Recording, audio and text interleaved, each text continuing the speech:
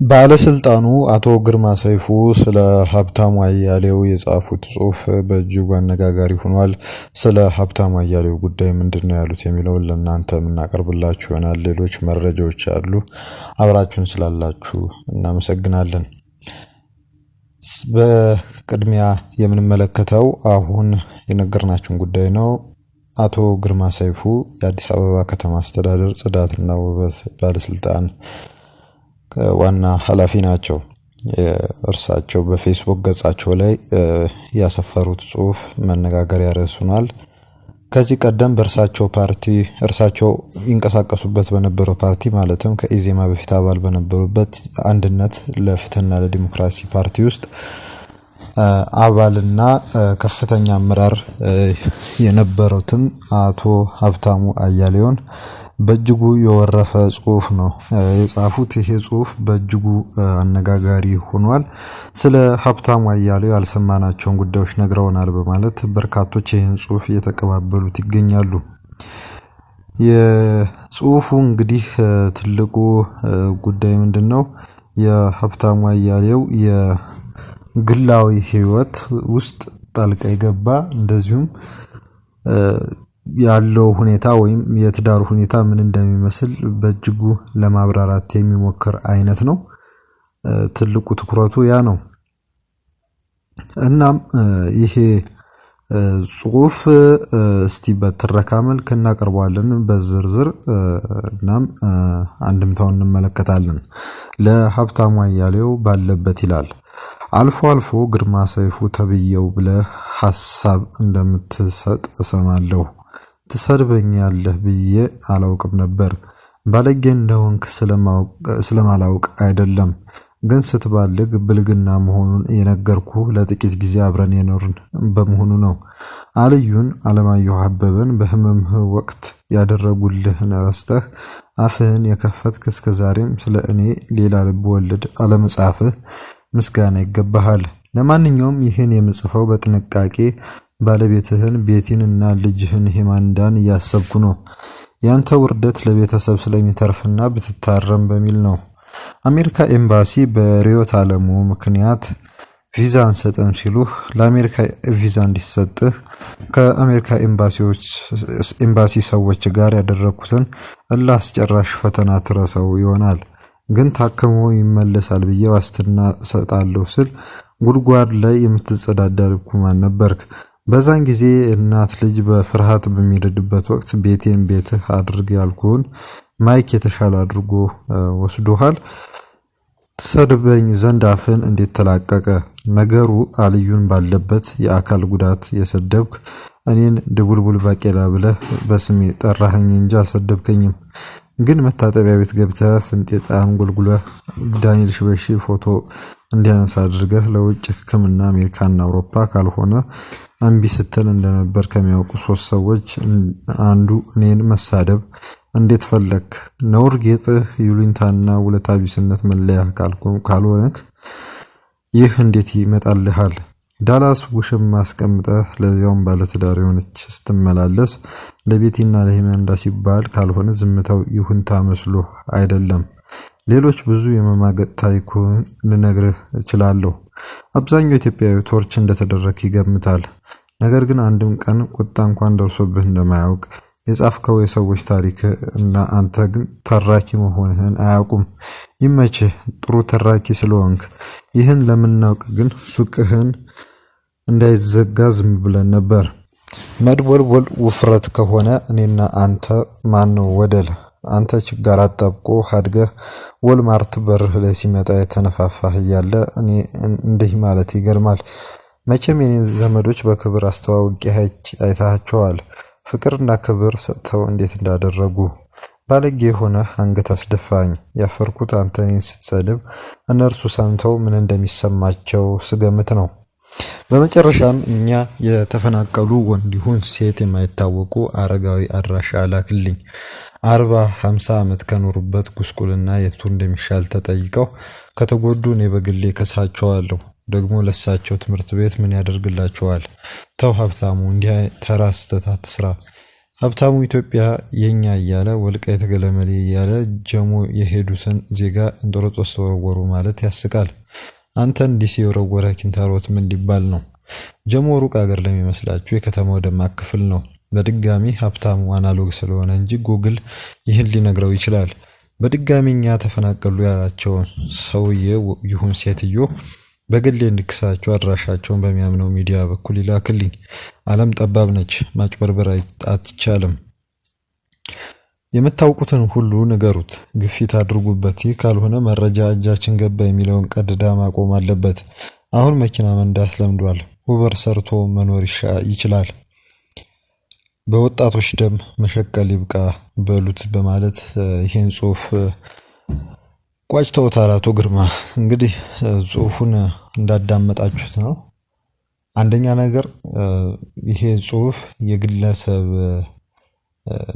ጉዳይ ላይ ትኩረት አድርጎ የተጻፈ ጽሑፍ ነው። ማለትም በሁለቱ መካከል ከዚህ ቀደም የነበረውን ግንኙነት ሆነ ሌሎች ጉዳዮች ላይ ተተኩሮ የተጻፈ ነው። አቶ ግርማ እሱ ላይ ያተኩሩ ይመስላሉ።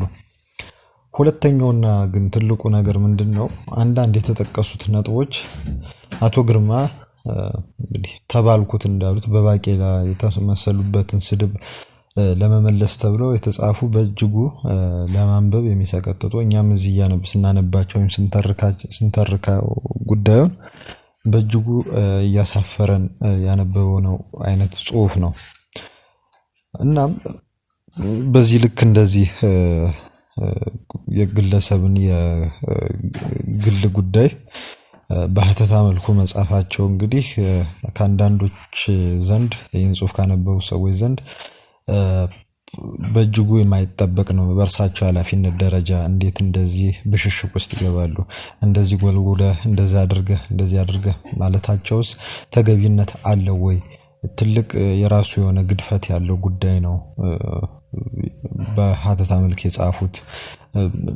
ሌላው ቢቀር ችግር ካለ ወይም የግል ጠብ ካለ እርስ በርሳቸው ተገናኝተው ለምን አይፈቱትም የሚል የተለያዩ ጉዳዮች እየተነሱ ነው።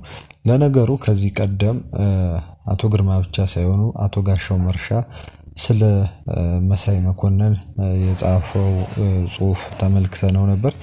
እሱ ጽሑፍ ላይ በእጅጉ የአቶ መሳይን ወይም የጋዜጠኛ መሳይን ጉዳይ ያተተ ነው፣ የግል ጉዳይ የተመለከተ ነው። እንግዲህ እንደዚህ አይነት ትሬንዶች ጥሩ አይደሉም። ሐሳብ በሐሳብ መሞገት ቢቻል፣ ስድቡንም በዝምታ ማለፍ ቢቻል ትልቁ ነገር እሱ ነው። በሐሳብ ላይ የተመሰረተ ዲስኮርስ ነው ብዙዎችን ትኩረት የሚስበውና ይሄ ስድድብ እንግዲህ ማብቂያው የት እንደሆነ እንግዲህ አብረን የምናየው ይሆናል። የአቶ ግርማ ጽሑፍን በተመለከተ እንግዲህ ይሄን ነው የተመለከትነው። በእጅጉ ያልተጠበቀ አይነት ጽሑፍ ነው፣ ከርሳቸው ያልተጠበቀ ጽሑፍ ነው። ቤተሰባዊ ጉዳይ ላይ ያተኮረ ጽሑፍ ነው። በሌላ በኩል ደግሞ አርቲስቷ አስቴር በዳኔ አንድ ሐሳብ ሰጣለች ተብሎ በርካታ ትችት እየዘነበባት ይገኛል። ይሄ ትችት ምንድነው ከተባለ እንግዲህ የሆነ ብሔርና ሃይማኖት የሀገር ባለቤት ነኝ ብሎ ተቀምጧል። ነገር ግን ቶለሬት የማያደርግ ትውልድ ስለተነሳ እየተበቀላቸው ነው በማለት ተናግራለች በማለት አንድ ቁራጭ ቪዲዮ በማህበራዊ ሚዲያ እየተዘዋወረ ይገኛል። ይህ ቪዲዮ አስቴር በዳኔ አማራንና የኦርቶዶክስ ተዋሕዶን እምነት በእጅጉ የተቸችበትና በእነሱ ላይ የዘር ፍጅት ቅስቀሳ የተደረገበት ቪዲዮ ነው በማለት እጅግ በጣም በርካቶች አስተያየት እየሰጡበት ይገኛሉ። እንዲያውም ይሄ ከአሁን ካለው መንግስት ጋር በእጅጉ እንታብር ያረጋት አይነት አስተያየት ነው። በዘር ማጥፋት ወንጀል ደግሞ መከሰስ አለባት የሚል ሐሳብ እየቀረበ ይገኛል። ጉዳዩን ማለትም የዘር ማጥፋት እንቅስቃሴዎች እንዲደረጉ የሚቀሰቅስ አይነት ንግግር ስለሆነ ወይም የጥላቻ ንግግር ስለሆነ ነው ተብሎ ነው የታሰበው። የሆነ ሆኖ ግን አስቴር በዳኔ በፌስቡክ ገጿ ላይ ባሰፈረችው መልእክት ላይ እንደሚከተለው ብላለች። ሰላም ለእናንተ ይሁን። ሰሞኑን እኔ ምንም በማላውቀው ጉዳይ አርፌ በተቀመጥኩበት ከፍተኛ የስም ማጥፋት ዘመቻ እየተከፈተብኝ ነው። መነሻው ምንጩ ምን እንደሆነ ሊገባኝ አልቻለም። ፖለቲካዊ ሀሳብ መስጠት ካቆምኩ 3 ዓመት ሊሆነኝ ነው። ሆኖም የዛሬ 4 ዓመት በፊት የሰራሁትን ቪዲዮ ከአውዱ ውጪ በመቆራረጥ በመተንተንና ፎቶዬ ላይ የፈለጉትን ጽሑፍ እያወጡ ከፍተኛ ወንጀላ እየተፈጸሙብኝ በመሆኑን ንጹህ ልቦና ያላችሁ ወገኖቼ እንድትረዱኝ ለማሳወቅ ተገድጃለሁ። ስሜን ያለ አግባብ እያጠለሹ ላሉት ሰዎች ጌታ ሆይ የሚሰሩትን አያውቁምና ይቅር በላቸው ከማለት ውጪ ምንም የምለው የለኝም።